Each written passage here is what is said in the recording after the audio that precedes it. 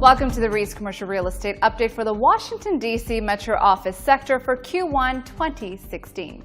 During the first quarter of 2016, asking rents in the nation's capital advanced by 0.7% to an average of $52.91. Since the same reporting period last year, asking rents have climbed by 1.6%, up from $52.09.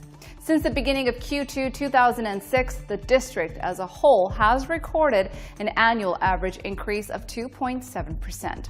Effective rents, which exclude the value of concessions offered to prospective tenants, also increased by 0.7% during the first quarter. The identical rates of change show that landlords have succeeded in raising rents while maintaining a stable relationship between asking and effective rent values. Although all of the District of Columbia's 7 office submarkets contributed to the district's recent rent growth, it is instructive to observe that this 1.6% asking rent growth rate of the past 4 quarters compares unfavorably to the district's long-term performance. Total employment in the District of Columbia grew by 7,200 jobs during the first quarter, amounting to a growth rate of 0.9%, while in the dominant office-using industries, employment grew by 1,900. Absorption rates of competitive office space may not immediately reflect quarterly total job gains or losses, but it is prudent to consider longer-term economic and demographic performances as influential upon current occupancy levels.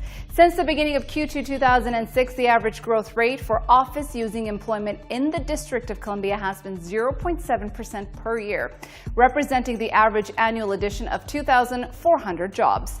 The district experienced absorption of 141,000 square feet during the first quarter. Over the last 4 quarters, the absorption market totaled 789,000 square feet, 25.6% lower than the average annual absorption rate of 1.1 million square feet recorded since the beginning of Q2 2006. The net decline in vacancy from 1 year ago is 10 basis points to a level of 9.2%.